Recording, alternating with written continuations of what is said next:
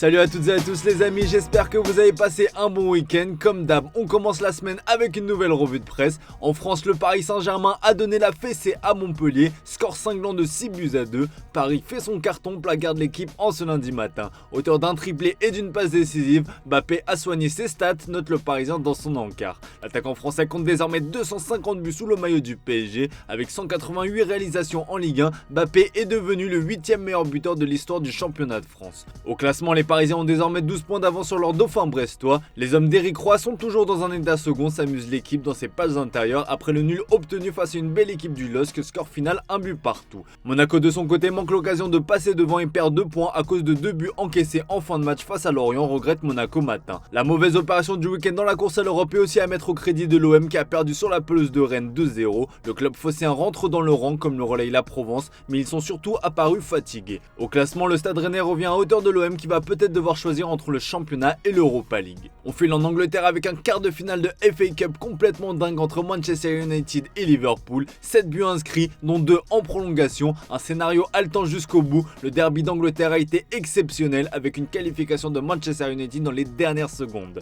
C'est un monde fou, s'amuse le Manchester Evening News avec le nom du héros Amad Diallo dans le texte. Alors que les deux équipes se dirigeaient vers la fatidique séance de tir au but, le jeune attaquant de 21 ans a marqué le but de la délivrance au terme d'un contre éclair. Sous l'euphorie, l'Ivoirien a d'ailleurs célébré le but de la qualif en retirant son maillot, ce qui lui a valu un carton rouge. Amad Diallo partage des couvertures en Angleterre avec Marcus Rashford qui est mis à l'honneur par le Daily Mail, lui qui a inscrit le but du 3-3 en prolongation. Rashford retrouve le sourire, se réjouit le tabloïd anglais. Au cœur de rumeurs l'envoyant au Paris Saint-Germain, l'attaquant anglais devrait bien rester dans son club de toujours. D'après The Sun, il a été identifié comme un élément clé de la révolution qui s'apprête à démarrer du côté des pensionnaires d'Old Trafford. D'après une source, de nombreux joueurs quitteront Manchester United cet été, mais Marcus Rashford n'en fera pas partie. Pour être bien complet, Chelsea a aussi obtenu son billet pour les demi-finales de la FA Cup au terme d'un match assez fou face à Newcastle, victoire 4-2. Comme le relaye le Daily Star dans son encart, Pochettino a fait 2 coachings gagnants en faisant rentrer Chukwuemeka et Madueke, tous 2 buteurs dans le temps additionnel. Pourtant, le coach argentin s'était fait siffler par les fans pour ses choix. En Italie, la folle série de l'Inter s'est arrêtée hier.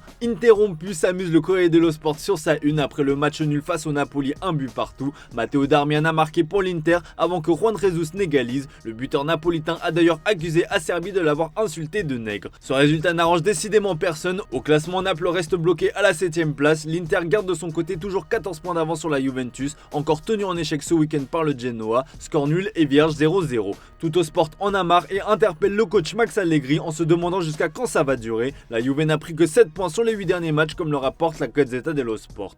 Plus haut, on va s'intéresser à l'info mercato dévoilée par le célèbre journal au Papyrus qui concerne Théo Hernandez et l'AC Milan. Le latéral gauche fait partie des meilleurs à son poste et se retrouve logiquement dans le viseur des plus grands clubs européens. Le Bayern Munich serait prêt à passer à l'action en cas de départ d'Alphonso Davies au Real Madrid, mais l'AC Milan ne fera aucun cadeau. Pour s'attacher les services du français, il faudra au minimum débourser 100 millions d'euros. Les prétendants sont donc prévenus.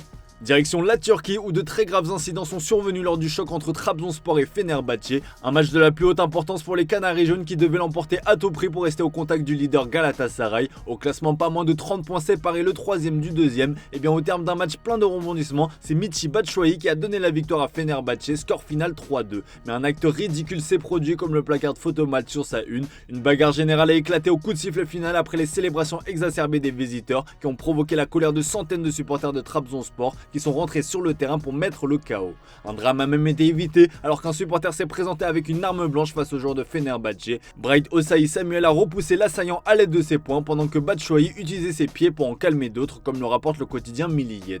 Des scènes honteuses, écrit le média Hurriyet, et qui sont évidemment à condamner. Une enquête a été ouverte et il y aura évidemment de graves sanctions sportives et judiciaires.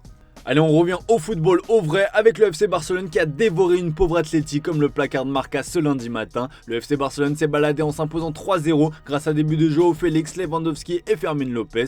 Une prestation qui a impressionné l'Espagne. Le Barça reste au combat, prévient As, alors que Sport se met à rêver. Au classement, le Barça s'empare de la 2ème place après la défaite de Girona et reste au contact du Real Madrid. 8 points séparent désormais les deux équipes. Depuis l'annonce du départ de Xavi, le Barça semble inarrêtable. 4 clean sheets et 7 succès, le Barça est invaincu depuis 2 mois. Après la rencontre, le coach Xavi qui a écopé d'un carton rouge a envoyé un message au Real Madrid, leader de la Liga, et au PSG que son club défiera en Champions League. Nous sommes le Barça, personne ne se détend ici, nous allons essayer de concourir jusqu'au bout pour les 2 titres qui nous restent, qui sont les plus importants. Bref, tout le monde est prévenu. Allez, on termine avec le Real Madrid qui va donc devoir lutter jusqu'au bout pour décrocher le titre en Liga. Le club madrilène va profiter de cette trêve internationale pour refaire le plein de force avant le sprint final et pourquoi pas régler le cas Vinicius Junior qui commence à inquiéter à Madrid comme le rapporte Sport dans ses pages d'intérieur. Auteur d'un doublé ce week-end, le Brésilien a encore fait des siennes en contestant une décision arbitrale, ce qui lui a valu un jaune synonyme de suspension pour la prochaine journée.